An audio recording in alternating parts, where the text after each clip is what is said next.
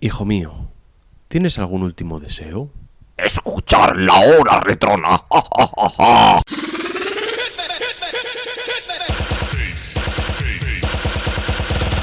La hora retrona.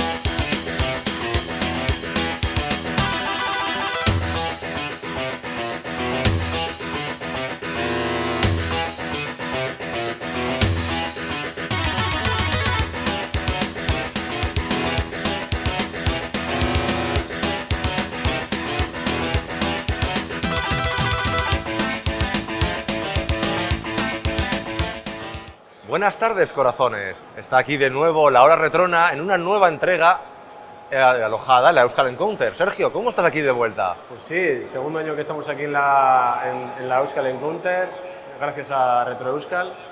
Y bueno, hoy tenemos incluso bastante público. Sí, tenemos público, veo varios calvos entre la grada. Calvo, saludad. Bien, ya hemos cumplido con el trámite. Ahora ya pueden irse. No, hombre, no, que está muy bien, que hay que cuidar al público. Bueno, pues aquí estamos para hablar de retro, ¿no? Como no puede ser de otra Exactamente, forma. como otros años, ¿de acuerdo? Aunque este año tenemos una gran pérdida. No hay pelirroja de fondo. Pero estará, Nos falta nuestra banda sonora. estará, muy triste, estará, Sergio. sabes que va a estar. Yo había traído estos pantaloncitos cortos precisamente con el ánimo de que se mostrara mi alegría. En vano. Bueno, yo creo que mejor vamos a temas... Corramos un mundanos. tupido velo y continuemos la conversación. Y Sergio, ¿de qué hemos venido a hablar hoy que nos habíamos quedado sin ideas y hemos sido muy poco originales? Bueno, pues un poco con motivo de la Retro Euskal, que normalmente lo que celebramos son aniversarios. Mismamente este año es los 20 años de Retro Euskal. Qué menos que volver en el tiempo, pero no vamos a volver 20 años, sino que vamos a volver atrás 30 años. Es a 1993. Exactamente, que afloren todos nuestros complejos, dudas de la época, señores. No, hombre, no, todavía no tenías complejos. Sí, Sergio. La nostalgia te ciega. No, éramos Tu muy cerebro ha niños. suprimido los malos recuerdos para que solo te quedes con los buenos, o sea, con el retro. Bueno, pues ojalá, ojalá. No, eso es de cobardes. No. Pero bueno, como hemos dicho, vamos a hablar de cosas que pasaron en el año 93 a nivel videojuegos.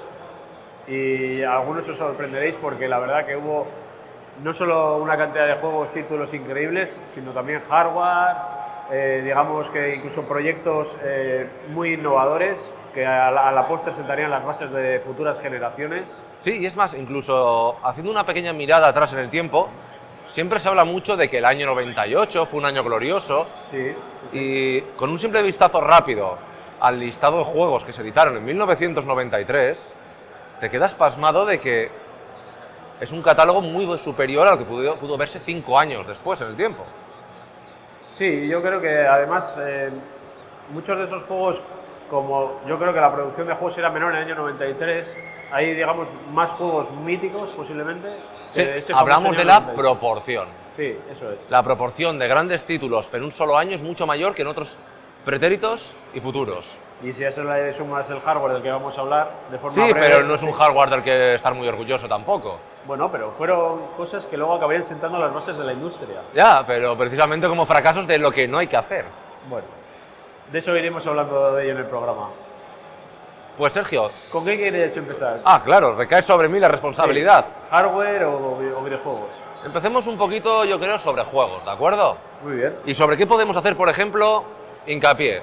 Pues, por ejemplo, en un género que en ese momento estaba muy en boga, que no era otro que el de la lucha. Ya había ocurrido el boom del Street Fighter 2 Sí. y las compañías cada vez querían su parte del pastel, que se iba menguando, porque absolutamente todas se creían capaces de participar en él. Vale. ¿Qué podemos destacar, por ejemplo, en 1993 de los Versus? El día de Mortal Kombat.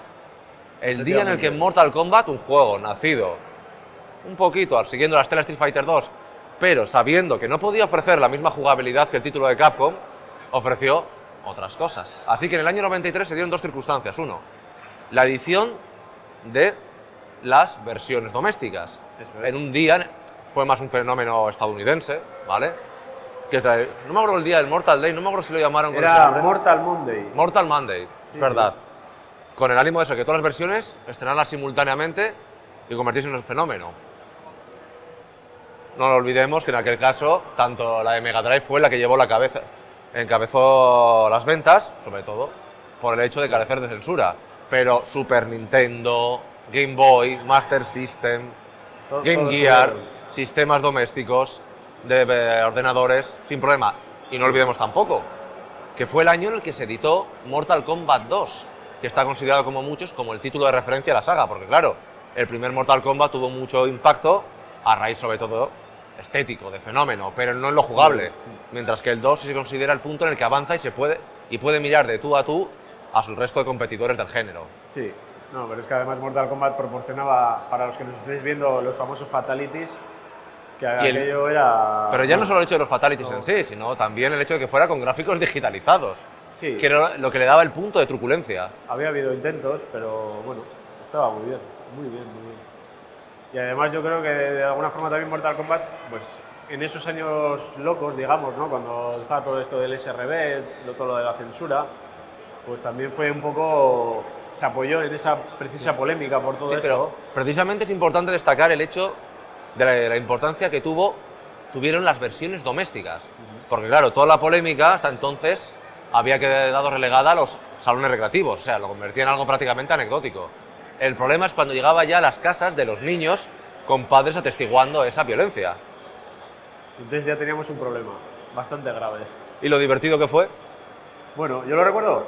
Además, no solo eso, sino que las revistas de la época, aquí en donde vivimos, le dieron mucho bombo a todo el Mortal Kombat. O sea, no es que fuera un hecho que tú ibas a comprar un videojuego al Corte Inglés, donde fuera y estaba el Mortal Kombat, sino que las revistas, que en ese momento pues había muchos jóvenes que las consumían, Mortal Kombat estaba por todas partes. Con lo cual al final fue una especie de virus y bueno, pues para chavales, por ejemplo, de 15 16 años, pues ver esa cantidad de hemoglobina y todo lo que se podía hacer, pues era pues, increíble. Y tampoco es ninguna tontería evocar este aniversario de la propia saga de Mortal Kombat, teniendo en cuenta que a día de hoy es probablemente una de las franquicias de lucha con mejor salud. Sí, atravesó unos La años... mala época, digamos, no de por sí los juegos, sino de que cayó la irrelevancia, como pudo ser la etapa de los 128 bits, Sí. Play 2, Xbox, etcétera. Pero desde su nacimiento en Play 3 y Xbox 360, con el 9, Sí, fíjate, ahora mismo con un recién anunciado reboot, sí. Sí, Todos sí, sabemos sí. que en el caso de Mortal Kombat lo de las líneas temporales es tremendamente complejo, No, ¿vale? pero lo que tú y dices. con expectación. Y unas ventas que muchos otros juegos del género envidian. sí, sí, sí. Es que Mortal Kombat sigue siendo, junto con Street Fighter, quizá el top de la lucha. Y eso, A ver qué tal. y eso siendo considerado un juego que en lo jugable es mucho más simple. Sí, sí, era muy ortopédico en sí el juego. Pero ahí está y ahí ha pasado la historia. Bueno, igualmente no fue malo el año para la lucha, teniendo en cuenta que también vieron la luz juegos como Samurai Shodown, otro clásico, que también tuvo una reciente iteración. Sí. Bueno, reciente, todo relativo. 2015 puede ser. Más o- adelante, mucho más adelante. ¿Vale?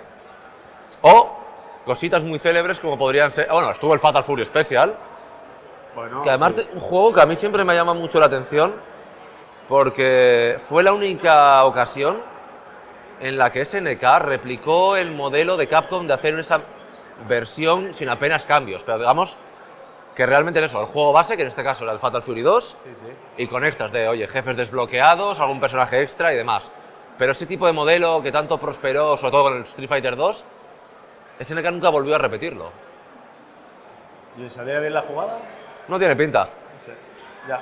siendo un buen juego, pero Con Fatal Fury 3 dijeron automáticamente, venga, para allá. Adelante. Y nunca lo repitieron. Y ya los Real Boat, aunque saliera un Real Boat Fatal Fury Special, era un juego que no tenía nada que ver con Ya. su predecesor, Sí. con el Real Boat Fatal Fury. Que quizás se parecía solo en el título. En el título, exclusivamente. Lo de Special yo creo que tenía más connotaciones por el hecho de ser un Dream Match que por otra cosa.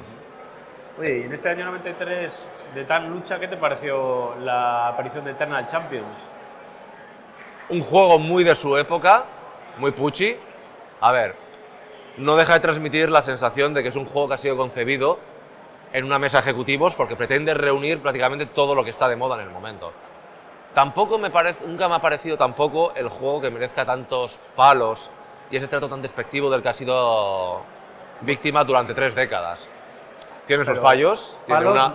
ahora es palos, digamos, en lo que es la comunidad o la gente que Exactamente, juega, sobre porque todo son unas físicas de impactos, unas cajas de colisiones bastante malas. las notas que reciben en su momento en las revistas del sector eran muy Exactamente. altas. Siempre han estado bajo la sospecha de que muchas de esas notas tuvieron de por medio los pertinentes maletines, a fin de cuentas. Sí, sí, sí, sí. Sí, porque yo recuerdo fue portada tanto de la Superhost como de la Hobby Consolas. Pero echando la vista atrás en el tiempo, yo creo que es un juego que es merecedor de más reconocimiento de lo que parece. Técnicamente me parece una barbaridad para la época.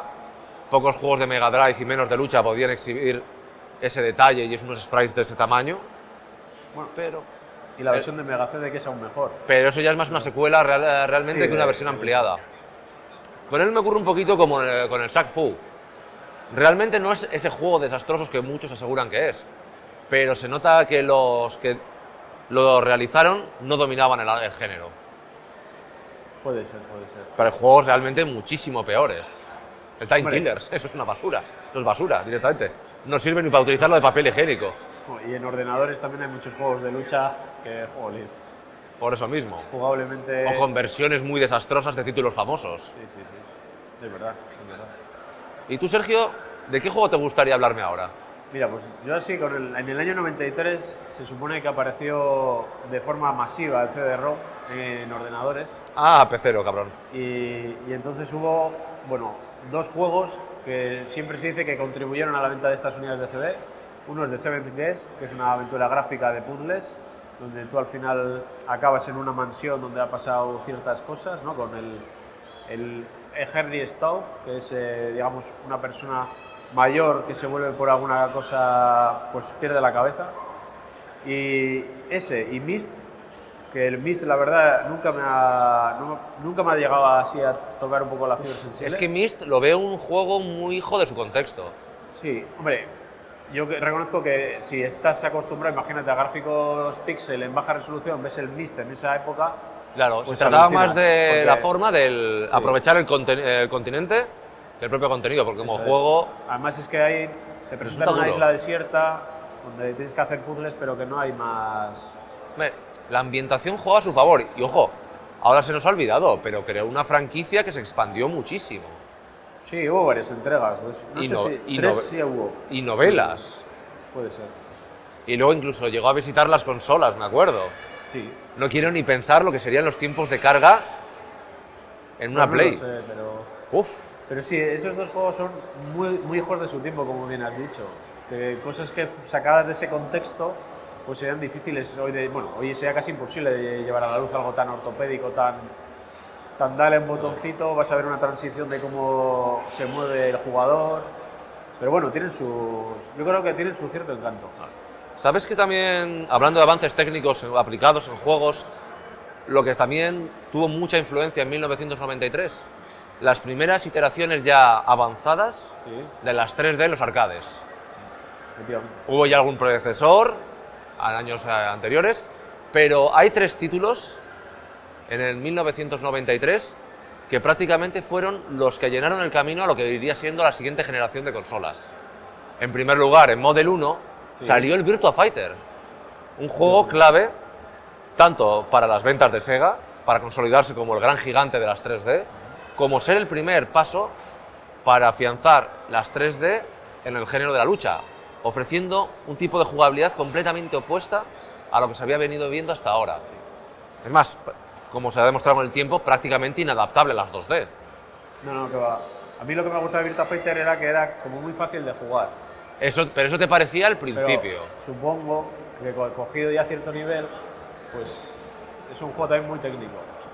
Es un juego que prácticamente representaba ya digamos, la cúspide de lo que podía dar de sí la Model 1, la primera placa 3D real de Sega. Pero lo gordo vendría después, ese mismo año, en 2 juegos de conducción, cuyo enfrentamiento luego se replicaría en los lanzamientos tanto de PlayStation como de Sega Saturn. Estamos hablando tanto del primer Ridge Racer de Namco como del Daytona USA de Sega, ¿de acuerdo? 2 juegos que ya corrían en placas muy superiores. No sé si qué sistema era sobre la que corría la Ridge Racer, si era System 22, es que era más avanzada que la propia Play. Que fuera la 22. Que era un juego brillante en ese sentido. Siempre nos fascinó mucho ver en las revistas la famosa máquina Sí, que tenía la trasera. con el Mazda, Sí. ¿vale? Pero realmente quien se impuso en los recreativos fue el Daytona USA. Eso dicen. Sí, que es una de las recreativas más rentables de todos los ¿Tú tiempos. recuerdas? Aquí tuvimos en Baracaldo, en el Max Center, ver sala de máquinas, y que además fue cuando abrieron el Max Center, igual también año 93, 94.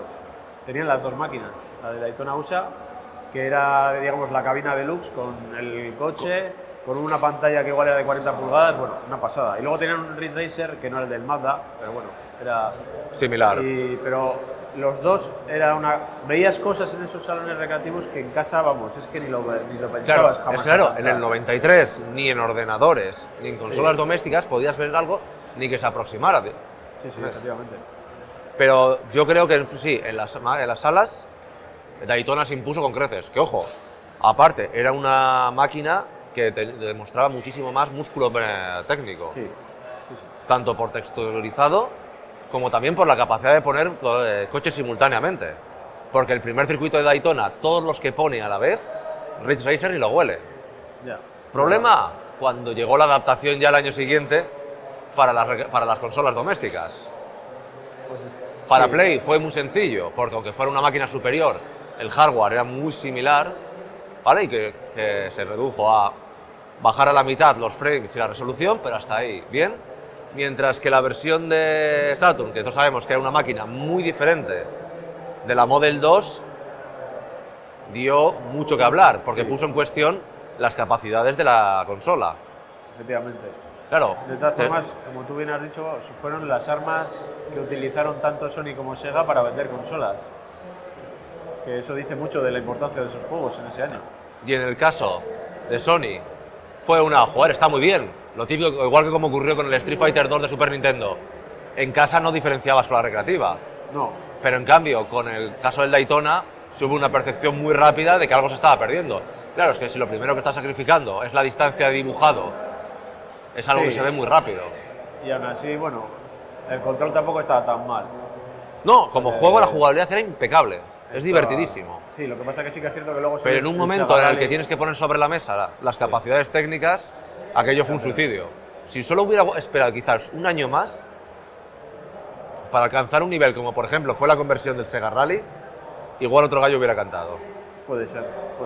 No sé que ahí tenían que sacarlo con la consola porque si no se les iba y... Pero bueno. Sí, porque al final justo 2 juegos que hemos mentado, tanto Virtua Fighter como Daytona USA, las conversiones acabaron saliendo muy pochas. Sí. Luego las arreglaron un poco. Ya, pero la duda te queda de que si en los primeros recreativos haces unas conversiones tan flojas, mientras que Sony ya te está dando Ridge Racer y una muy buena conversión del Tekken, Ya. Ahí... estás yendo a rebufo. Sí, sin ninguna duda. ¿Su turno, que señor Presa? Mi turno. Bueno, pues no sé si... voy a hablar de 2 aventuras gráficas, que también aquí hay mucho fan de las aventuras gráficas. Fue un buen año para las aventuras gráficas también. Sí, no hubo, yo creo, 2 megajuegos, que uno es el Day of the Tentacle y otro es el Gabriel Knight, y luego está el Sun & Max, que yo creo que gusta un poco menos, pero 2 muy buenos valores o, digamos, títulos de LucasArts.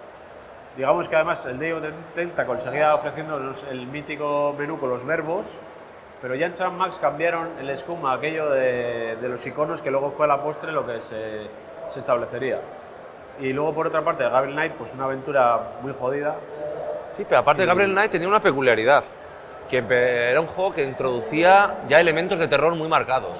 Sí, la Gabriel Knight al final, yo no me lo he pasado todavía, lo tenemos a medias, pero es un juego muy adulto, que es un juego que al final no puede jugar un adolescente porque al final te exige mucha paciencia y de lo que tú dices, una historia que podía ser perfectamente un libro y ya está. Y luego además se lo ocurrieron muchísimo porque ya habían metido alta resolución cuando está hablando la gente y tenía doblaje también con actores, algunos, no sé si había, te iba a decir que estaba Mark Hamill como alguno de los que hablan, alguno de los que interpretan los personajes, pero vamos, una producción que una pasada. De todas formas, yo creo que es un concepto de juego que, por ejemplo, en consolas no se vio hasta 3-4 años a posteriores. No, yo creo que no. Tan adulto, no. No. Que quizás Sí, sí. hasta el Clock Tower, así igual Es no. que, si te pones a pensar, pensando en ambientación de terror, ni siquiera un Resident Evil encaja con lo que te está ofreciendo Gabriel Knight. No. Porque es mucho más de serie B cuando no rozando la serie Sí. Z. Creo que hasta igual, hasta que no llegaría el primer Silent Hill, ese concepto de juego de terror tan adulto no entraría Ya. en liza en consolas. O sea, te me está acordando de un juego que es malo, pero que también es del año 93, que es el de La mitad oscura, que es una película de un libro basado de la obra de Stephen King, sí.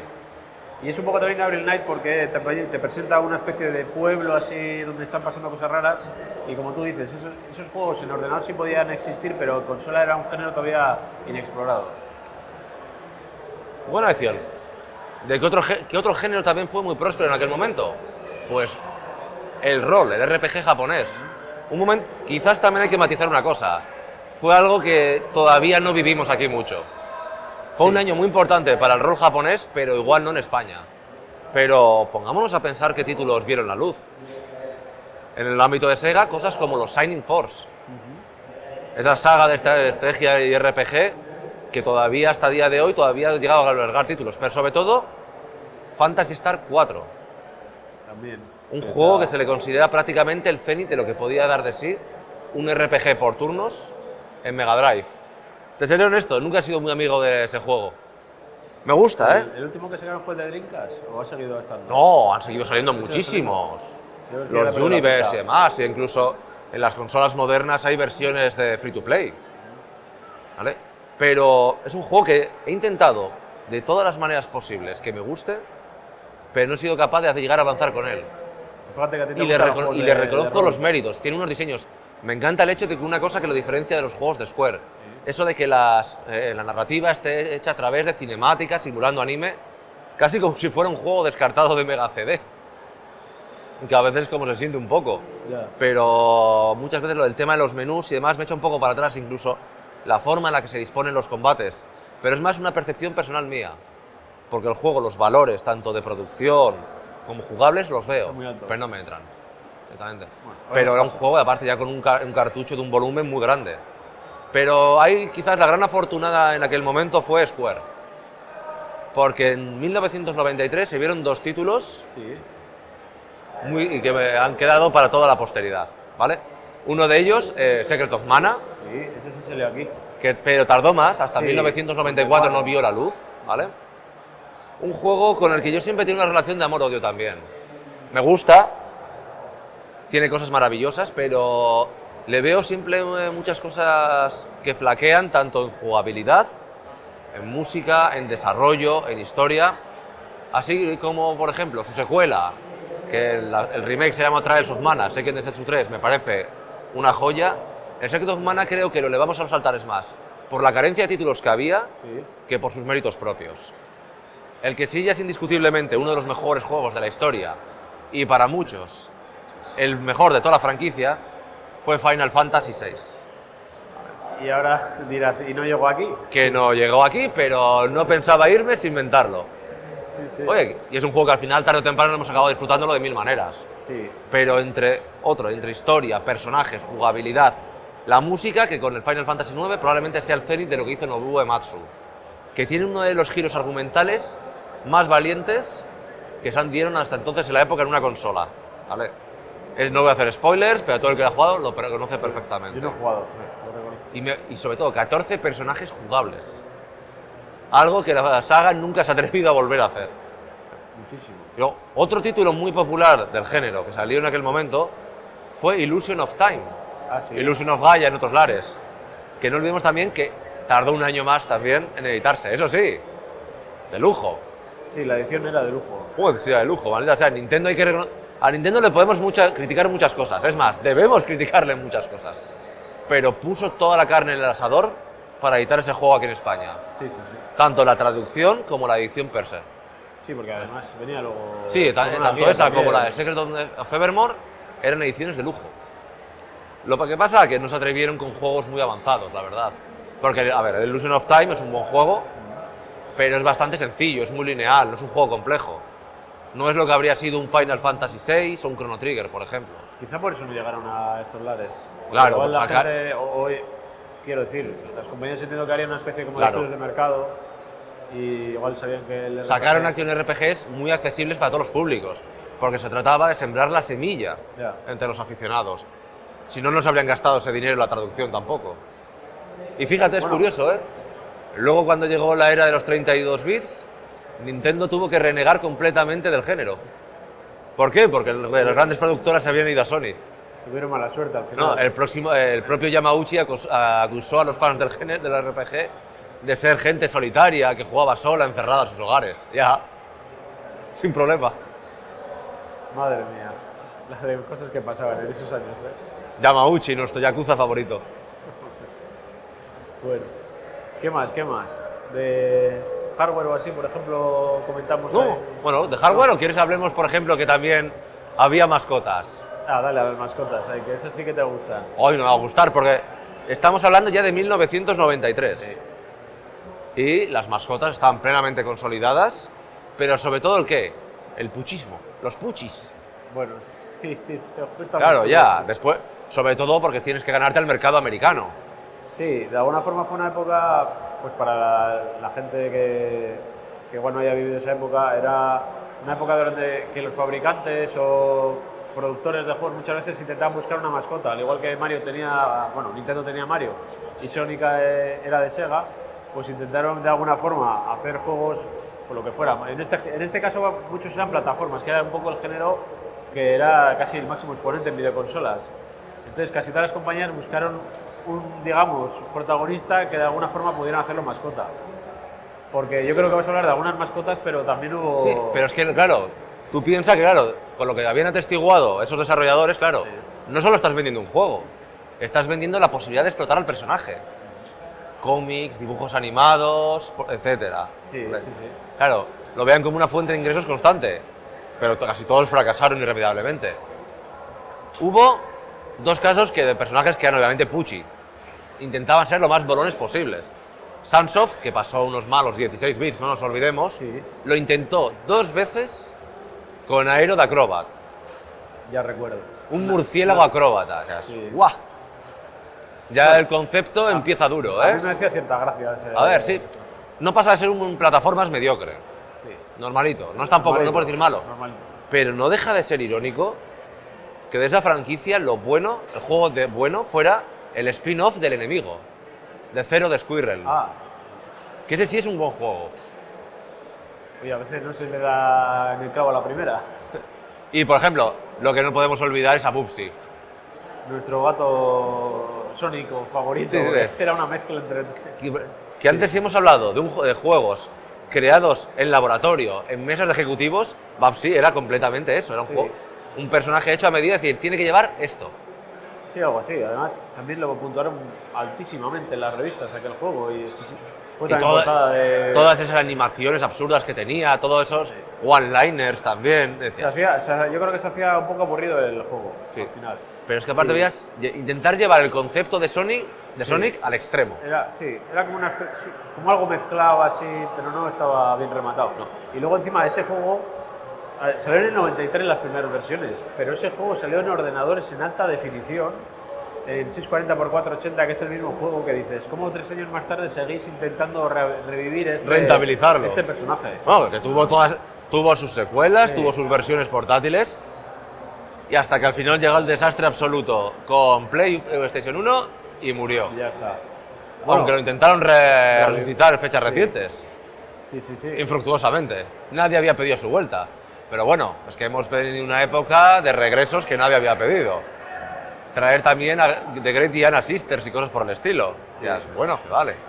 Pero también dentro del puchismo tuvimos suerte. Fue también el año en el que debutó Rocket Knight Adventures. con Sparkster como mascota, a priori de Konami. Un juego excelente y del que muchos valoran que nunca volvieron a igualarlo, porque si las secuelas eran buenos juegos, incluso muy buenos, el primero en cuanto a desarrollo, jugabilidad, yo sí creo que está muy por encima de sus secuelas. ¿Cuál te gusta más, la versión de Mega Drive o lo que sacaron en Super Nintendo? ¿Cuál? ¿La de Mega Drive o la de Super Nintendo? Así. Uno me parece que tiene cosas que el otro no tiene. Ya. Y luego hubo otra mascota Sí. que también encajaba muy bien con la filosofía de los 90, pero que curiosamente no era una mascota original, pero creo que se encaja muy bien con todo este concepto Pucci. Como fue también Cool Spot. Ah, Cool Spot. Es que de Cool Spot, bueno, sacaron luego Fidodido por un lado, juegos de Sí, Fidodido fue para Europa, pero Cool Sí, Spot y fue Cool para Spot- Estados Unidos. Sí, pero ese juego no estaba nada mal. Era Pero muy al menos- buen juego. Sí, Era de sí, cuando sí. ese momento de Virgin con todo el equipo de Dave Perry, que sacaba unos juegos basados en licencias excepcionales. Sí. No, y era un juego, claro, pero es que el personaje en sí, esa chulería de gafas de sol, playero, muy de las esa zapatillas, época. Sergio, las zapatillas, Sí. es tan de finales de los 80, principios de los 90, que es imposible descontextualizarlo. Cierto es. Pero el juego era bueno, tenía un par de cosas irregulares, a veces las cámaras, los saltos, pero en general todas las versiones salieron muy bien, que también juego que tuvo muchísimas versiones. Sí, además yo creo que fue, digamos, famoso incluso. Sí, tuvo un momento y la fastidiaron de la manera más tonta posible, haciendo una secuela isométrica, Ah, sí, ya sé cuál dices. ya con las consolas de 32 bits ahí, y dices, Ya. ¿quién tuvo esta genial idea? Pues es que ya sabes, 32 bits, hay que hacerlo en 3D. Ya, pero es igual que ni en siquiera... 3D lo haces en isométrico Pero el y problema es que ni claro. siquiera era de 3D, era isométrico. Sí. Que fíjate que era un concepto que podías haber metido incluso en el primer título. Yo qué sé, acuérdate que, por ejemplo, el Sonic 3DS que sacaron también, que era así como un isométrico, pues andaría por ahí, diría. Sí, pero eso lo puedo entender ya después de haber sacado el De todas Geomosphere. formas, fíjate, entre Cool Spot isométrico y Babsy 3D, ¿con qué te quedas? El Cool Spot, no hay duda. Hicieron bien, porque igual si hacen un Cool Spot 3D y les sale como el Babsy, pues hubiera sido uno de los peores juegos quizá de la historia.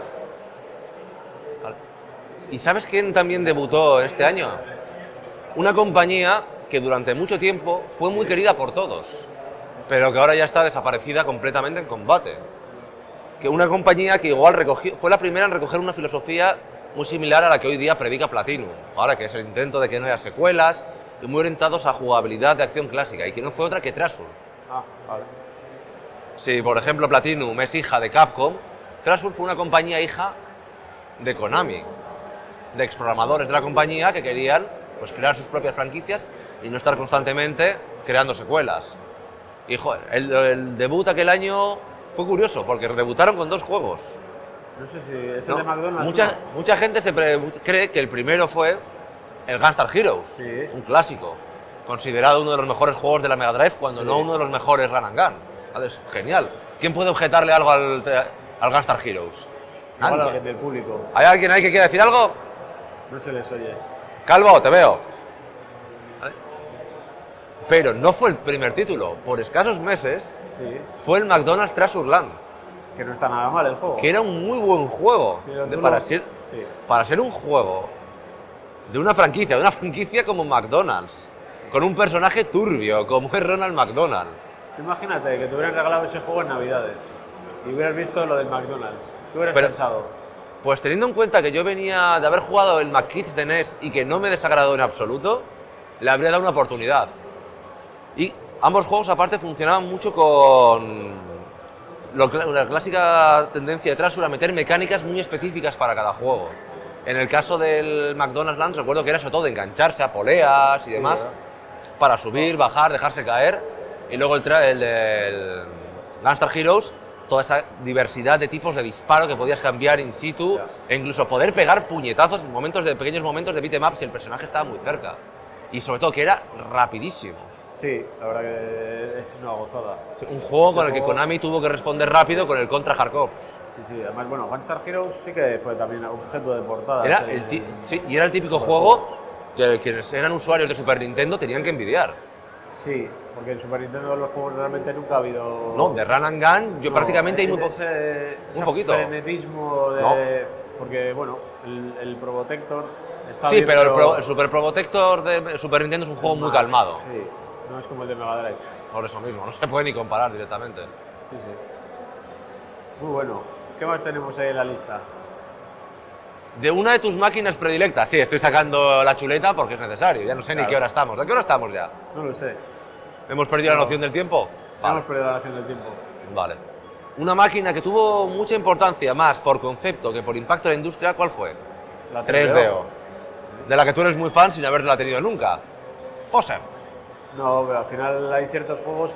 Hay muchos juegos de 3DO que yo no tuve la máquina, pero los tengo, digamos, en versiones de ordenador que salieron 1 o 2 años más tarde, ¿no? Need for Speed, pues hay ciertos juegos que al final que la 3DO pues los tuvo. Y, por ejemplo, me estoy acordando de Bruno Sol en unas declaraciones que hizo que cuando llegó esa máquina a la redacción, el Burning, ¿qué era? No, Crash and Bar, era, Cruise and Bar, sí. que al final era un juego de coches digitalizado. Bar, ¿no? Sí, O era Crash and Bar, no me acuerdo ya. creo que es Crash and Bar. Un juego de coches de 3DO que salió en el año 93 con la máquina, que era un coche digitalizado, pero digamos jugablemente era mucho peor que otros juegos que ya había en otros sistemas. Siempre él cuenta que cuando llegó esa consola todos fueron como locos a ver aquello que parecía que era el futuro. Porque también juegos como Mega Race y cosas de estas, pues gráficamente eran espectaculares, lo que pasa es que la jugabilidad se ha quedado a Sí, día de pero hoy también es una muy máquina difícil. que quedó un poquito en tierra de nadie. Sí, yo no creo era el momento. El problema yo creo que tuvieron fue que la sacaron un pelín antes de que los chips 3D fueran, digamos, un poco más potentes Mucho para más luego poder avanzados. hacer sombra. Sí, porque al final tenía que realmente combinar muchas veces un 3D Sí. con prerenderizado y no Sí, tenía o- ese acabado que ya tenían los juegos de PlayStation 1 o incluso los de Saturn. Sí. Y por ejemplo, el Need for Speed mismamente, que fue uno de los buques insignes de la consola, pues tampoco va. Yo creo que no va ni a 30 frames. Tenía que muchos va a 12 y medio, creo que va. Entonces sí, tenía ciertos problemas. Y luego también, bueno, es que lo que le enterró fue el precio de salida que tuvo. Fue suicida completamente, Fue claro. unas 100.000 pesetas. Ellos y- alegaban que querían meter un modelo muy similar, por ejemplo, al de los ordenadores. Oye, Sí. es un estándar, por eso salieron las versiones, si no recuerdo mal, Panasonic, Sanyo y Goldstar, Y Goldstar, sí. exactamente. Y luego ya que el software sería más barato. Pero en la práctica tenías una máquina muy cara, La máquina era muy cara. El Demasiado. software era más barato. porque- pero cuando ya salieron los juegos de PlayStation no ahí había ya- tanta diferencia no. de precio. No, ahí ya los precios del 3D de PlayStation era igual. Digamos que tuvo cierta ventaja mientras que había Super Nintendo y Mega Drive, pero aún así los juegos de Mega Drive y 3DO andaban parecidos de precio. Curiosamente también, ahora se va a reeditar uno de los, además en físico, Sí. uno de los juegos más célebres, para mal, de 3DO. El Plumbers Wear Ties. Ah, sí, no sabía, no me Sí. había enterado. Nadie lo había pedido tampoco, ¿eh? Pero ¿Ves? lo- Cuando yo te digo que la nostalgia es lo muy van a dañina. hacer Limited Run, igual. Exactamente. Como Night Trap y... Bueno, han hecho ya cosas... Ya, pero yo puedo entender lo del Night Trap, pero esa porquería no. Eso ya es directamente llevar el chiste demasiado lejos. Y ahora la pregunta es, ¿se está vendiendo? Porque si la gente lo compra... Pues... Lo desconozco, lo habían anunciado para ahora, Lo habían para anunciado. catálogos de futuro. Madre mía. Pero también, incluso a 3DO, el mando era horroroso. Sí. A mí me parece un podría mando ser nefasto. peor. Lo que pasa que te choca sobre todo una consola como la Super Nintendo, que tiene muchos más botones, que el mando de la 3D más o menos es una copia quitándole un botón y luego... no sé. Ni no siquiera acaba la- ni siquiera la cruceta me gustaba. No, pero Es que yo creo imagínate. eso es porque Nintendo tenía la patente de las crucetas, ¿no? Aún así, otras marcas buscaron alternativas. Sí, sí, pero no... Y salieron no bien. acaban de- Esta no, era muy mala. Parece como la del típico mando de PC de baja categoría. Sí, la consola, bueno, ahí se ha quedado, no sé. Pero bueno, aún así a mí me sigue encantando. Hay Es muy juegos difícil raros. sentir nostalgia hacia ella. ¿eh? Bueno, Y también mucho FMV en su momento, porque claro, también hacía tanto hincapié en el multimedia que por ahí había que sacarlo a ahí había relucir. que- sí. Era un poco como los ordenadores justo en esa época. que- No, pero es que es tremendo. Una máquina cuyo título estrella, uno de sus títulos estrella al principio, es una estupenda conversión del Super Street Fighter 2 Turbo y me la sacas con ese mando. Pues sí. Entonces, La verdad, no había mando de 6 botones para 3DO, ¿no? salió Sí, creo que alguna no versión salió. de Capcom o de Asti, no me acuerdo de quién. Ya. No, pero sí, el Street Fighter, si tenéis la oportunidad de probar el Street Fighter de 3DO, solo, bueno, incluso si conseguís el disco, lo metéis en la cadena de música y la banda sonora que rehicieron. es No, que la banda sonora es se excepcional. te cae de los pantalones. Probablemente una de las mejores remezclas que ha habido jamás. Bueno, sí, más sí. que remezclas, versiones. Sí, Porque meten ya instrumentos reales. sí, sí, sí. Y no solo 3DO salió al mercado en ese año, ¿verdad? Sí. Hemos ventado mandos, Pero ¿qué consola tiene igual uno de los mandos más locos de todos los tiempos? Supongo que la Jaguar. La Atari Jaguar. Sí, que la tuvimos algún año en Retro Euskal. Mando que luego en la mano no me parecía tan ortopédico e incómodo. No. Es más, quedé mucho más disgustado con el de la 3DO que con el de la consola Atari. Sí, yo igual también. Sí, la verdad que... Pero lo que pasa es que la máquina de Atari, si la 3DO tuvo pocos juegos decentes, No, y aparte, la Jaguar...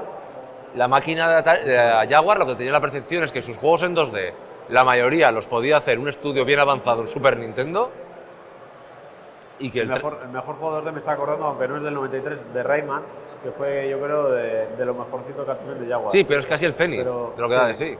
Sí. Y luego, sus juegos en 3D, mejor ni comentarlos directamente. Poca historia. Es que yo creo que lo mejor es el Alien vs Predator, que siempre dicen. Y es un juego que 3D Y- relativo. Justo. Quizá el Tempest, Ah, para la gente pero- que le pueda gustar. Pero porque el Tempest es más una cuestión de Sí, concepto. Pero lo demás, no sé, si me dijeran, te doy una Jaguar con 5 juegos, pues no sé si sería capaz de decir los 5 juegos que... Muy complicado, Sí, muy complicado. Es claro. que sus incursiones en el juego de la lucha fueron nefastas directamente. Sí, pero fíjate, a mí lo que me fascina de este año 93 es eso, la cantidad de fabricantes que dispusieron de máquinas nuevas intentando entrar en esa pelea. Bueno, estuvo también el Amiga CD32, También. que directamente puso la losa sobre Commodore. Commodore, sí. Y aparte que era un concepto muy absurdo, es que prácticamente eso, sacar una Amiga 1200 consolidado. Sí, Que como tenemos y poniendo ciertas cosas. encima. que como siempre sabemos, ese concepto casi siempre sale mal. La Xbox sale mal. Es diferente, ahí ya te metes en diferente, sí. el estándar de PC. Sí, pero es que lo de Amiga CD32 a veces no tenía sentido porque muchas veces llevaron a la Amiga CD32 juegos que al final eran 1 o 2 disquetes de Amiga, con lo cual al final en el CD digamos, ni lo estabas justificando.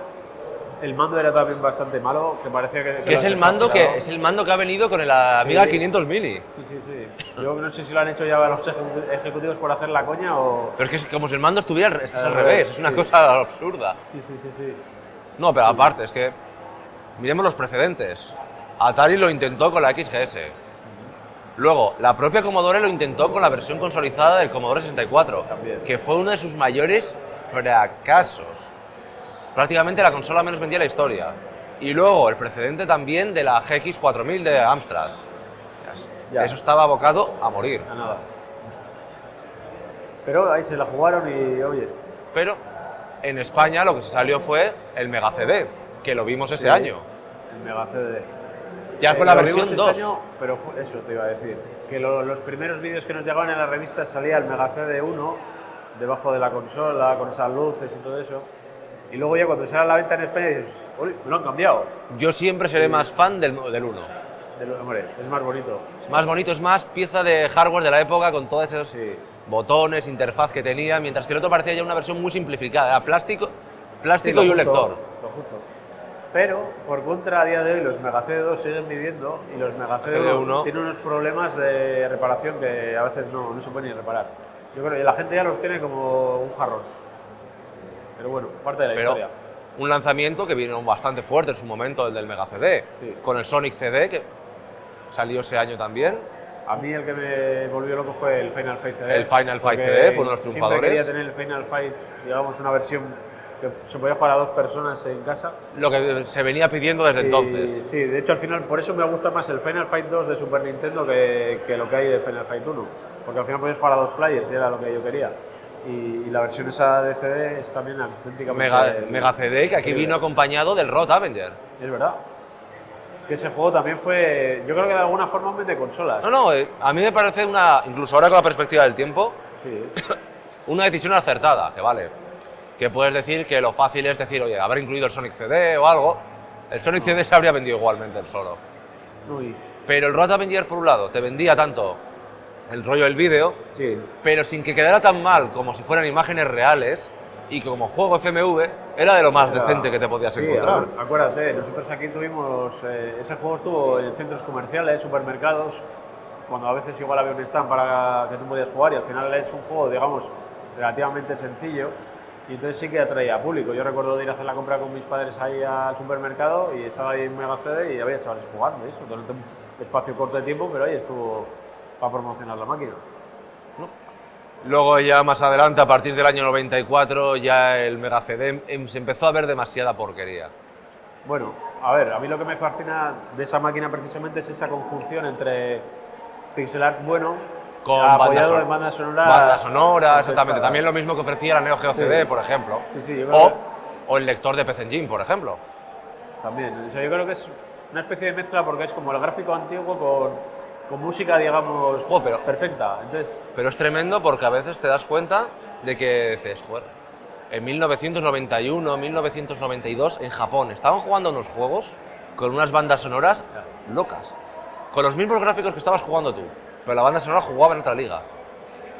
que ahora que estás diciendo bandas sonoras, el Rondo lo tienes ahí, el Castlevania, el de PC Engine, ¿no es del 93? Sí, pero no lo he inventado porque como no querías centrarte en eso, pero sí. no, pero bueno, pero es En otro 1993 sale Round of Blood. juego. Lo mismo que has hablado del Final Fantasy VI, que lo has metido así por lo bajito. No es lo mismo, no es lo No mismo. Ya me estás haciendo la treta.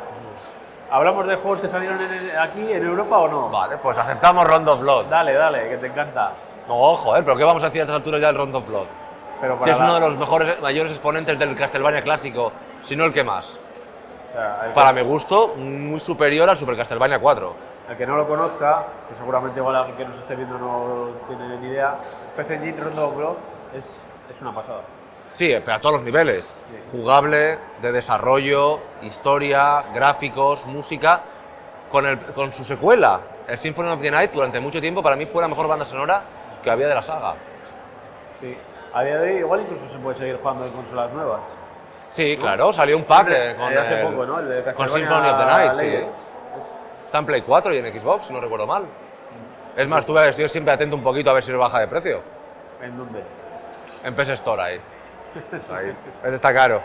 Vale, Creo que tenía edición física o se iba a editar, ¿eh? Puede ser. Sí, igual Limited Run, alguna de estas. Sí, pero paga eso. Esa págala. De esas que la gente va a querer pagar. Págala. Cuando debería estar Konami inundando de copias de ese puto juego. Bueno.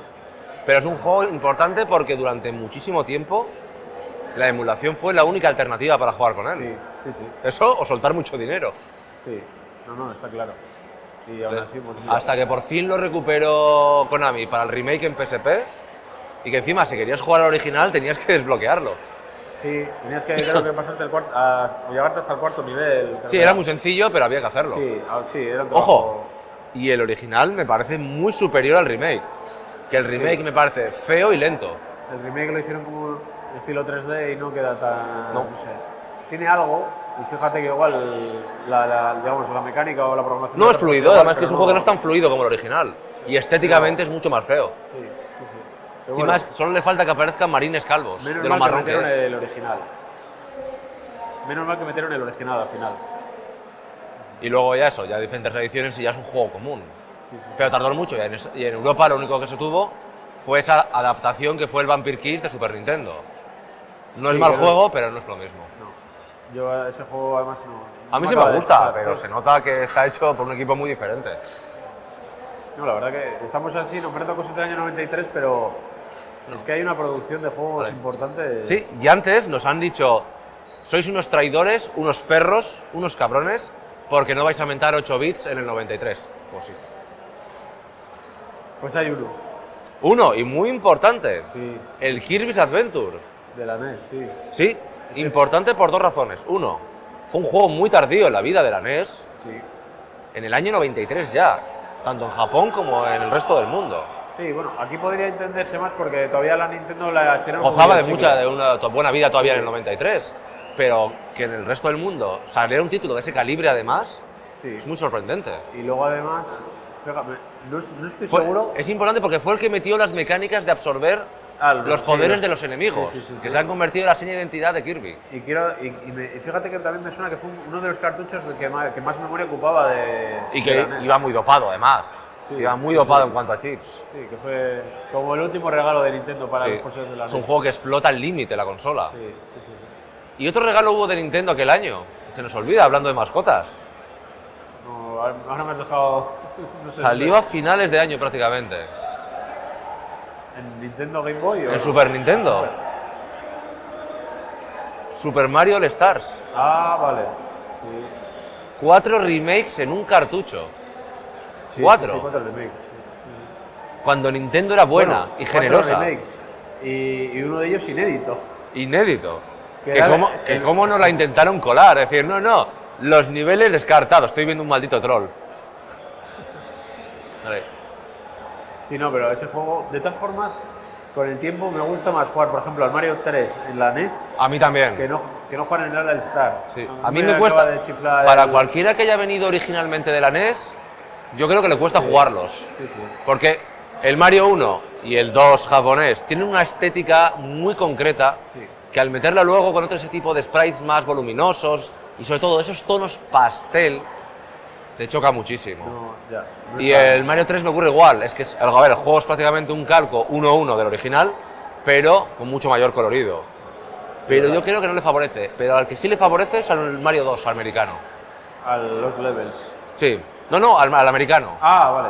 al que tuvimos aquí. Al que tuvimos aquí. A ese yo creo que el colorido extra sí le favoreció para bien. Pudiera ser. Sí, hace mucho que no juego a... Pero bueno, sí, puede ser. Pero sobre todo el Super Mario 1 es el que menos me encajaba. Hombre, Era como si aparte me costara ver los límites para poder saltar y demás. sí, pero bueno, fue un regalo y fue un vende consolas también. Pudiendo aparte grabar partida, Sí. que fue digamos la gran carencia del Mario 3.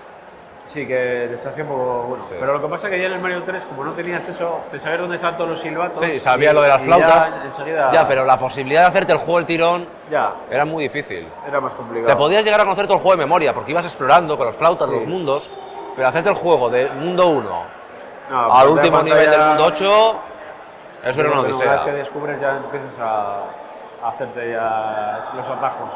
Pero a mí sí me hizo mucha gracia lo de los levels, lo de no, niveles descartados. Ya. Es que se nos traspapeló el título. Ya, se nos papeló. No, la verdad que bien. Y bueno, Nintendo al final supo jugar sus cartas ese año. Porque yo recuerdo el Mario All-Star fue pack también de consola. La pero publicidad es que- estaba en todos lados. Ponte a y- pensarlo, 4 remakes Sí, de golpe en un cartucho. Toda una franquicia, Ya. todos sus títulos en una consola de golpe. Sí. Ahí los y luego, tienes. como curiosidad, hubo cartuchos también que era el Mario All-Stars original con los 4 juegos, más el Super Mario Super World. World. Que entonces durante un tiempo aglutinaba toda la saga Super Sí. Mario. Pero es tremendo, porque dices, "Joder, son juegos cuya jugabilidad, aunque fuera 8 bits, era Claro. perfectamente jugable en la nueva generación.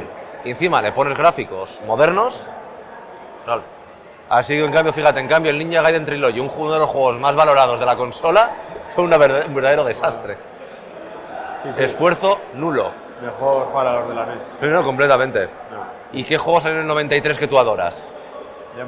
Ahora me has dejado. Pañum. Ah, el Doom. El Doom, sí. También, importantísimo. Sí, salió a finales del 93, si no recuerdo mal. Y fue... pues, aquí igual no tanto, pero en las universidades norteamericanas fue Un fenómeno. Un fenómeno de jugar en red, ¿no? Todo lo que ahora mismo pasa aquí, mismo en la Euskal Encounter. Lo que estamos viendo ahora es hijo del Doom. Sí. De la Y- cultura del juego en red, de los mods. sí, No porque existiría si no fuera por él. Además ellos mismos se animaban a que la gente hiciera mods y...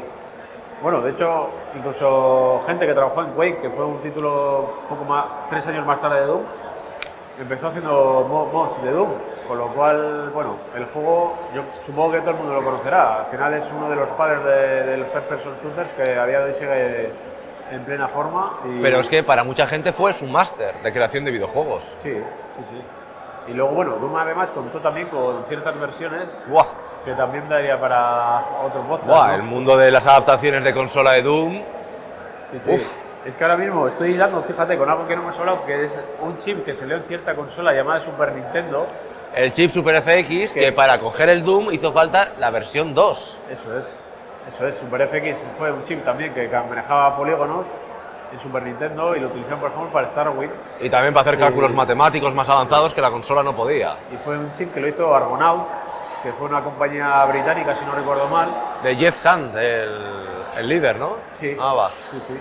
Y bueno, pues hicieron una cosilla así en Game Boy, creo, antes, porque también había algún juego tipo 3D así en Game Boy. Bueno, digamos que era una... El X, se llamaba puede X. ser, no me Que acuerdo. solo salió en Japón, además. Y bueno, digamos que era un equipo Yo creo que además sería pequeñito, pero con un talento increíble, que de alguna forma, pues mira, tenían la tecnología para hacer un chip de estos y lo hicieron y lo Sí, metieron. pero fuera de las grandes compañías no le sacaron el provecho que podrían haberle sacado. No, luego, a ver, hicieron algunos juegos, como bien digo, tecnológicamente adelantados a su tiempo, pero no fue una compañía que supo manejar... No, pero me refiero en sí el uso del FX. Ah, el FX no, poco... sí. Sí, porque Yo más creo- allá del Star Wing, Star Fox, Sí. el Super Mario World, Super Mario World no, El Stone Race el FX. Yoshi's Island, Ah, Yoshi's Island. que ahí era para calcular en 2D rotaciones y demás. Ya. Y el Stone Race FX, vale, compramos barco, venga, no, Sí, está, pero- no está tan mal.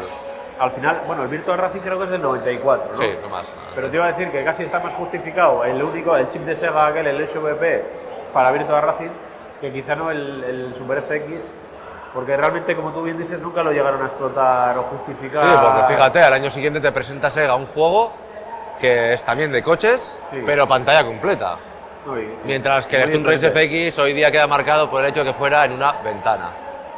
Y bueno, y tú ni tan mal, creo, que tú tienes la versión a 60 La- Hz. la japonesa. Que además si luego en 50 Hz, tal como es, pues bueno. No sería un buen exponente para justificar el Super FX. No, hombre, claro, y en la versión del Doom de Super Nintendo, bueno, Bueno, es jugable. el Wolfenstein también salió con, ¿no? Pero no, ese salió sin chip. Ah, salió sin chip. chip. Pero bueno, de lo malo es jugable y tiene buena música. Sí. Es un consuelo. Sí, sí, Lo comparas con la música del de 32X ya. o el de Ahí, Jaguar, sí. que no tiene música. Y eso siente una de las mejores versiones. No, luego pasa al revés, como el de 3DO. El de 3DO, Que tiene la la música- peor bueno, sí, es peor que la de espera. Saturn, es peor que la de Saturn. Sí. La de Saturn es muy mala, pero no tan mala. Y luego tiene una música que dices, joder, Excepcional. hay a veces cosas que no se entienden. No, que grabar la música era muy sencillo. Sí, pero tampoco fíjate que luego no la han reutilizado igual o que... Ya, que no la hayan recuperado. Sí, pues Doom luego salió en PlayStation 1 también, que podían haber hecho, bueno, meterlo. Pero bueno, ahí se ha quedado. ¿Y tenemos más cosas todavía? Bueno, ¿qué hora es ya? No lo sé. ¿Qué hora tenemos ya? Voy a mirar la hora. A ver si sale ahora el teléfono. No sea que empezamos a ver una nota, una mira láser en mi calva y paso. No. Son las 5 menos 10. Deberíamos cerrar ya este programa, señores. Sí, yo creo que ya los que nos están aquí viendo ya alguno está con cara Sí. de sueño. Veo un cartel donde sales ahí en una Sí. piscina.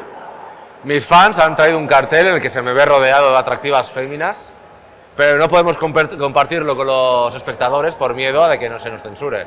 No deberíamos. Son cosas que Ah, han- cómo se nota que ya son elecciones y pronto los censores van a tomar el poder. Sí, hablando de elecciones. Tenemos en el ¡Ay, stand, sí! y aquí también, el juego de elecciones generales.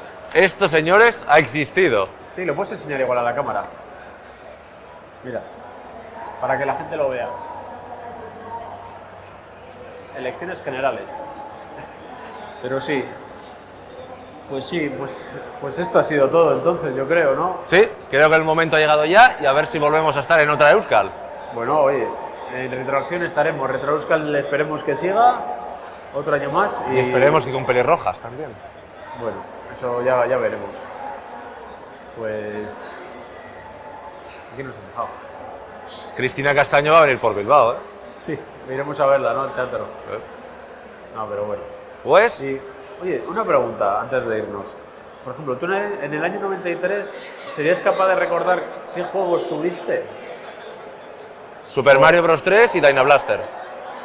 El NES. Super Mario Bros. Y Dyna Blaster. Yo en el 93 me compraron la Super Nintendo, en verano del 93. Y me acuerdo que el Super Mario World, aunque es del 92, me pareció respecto al Mario 3, igual tú no, pero vamos, a mí me pareció una pasada. Y así como en el año 93.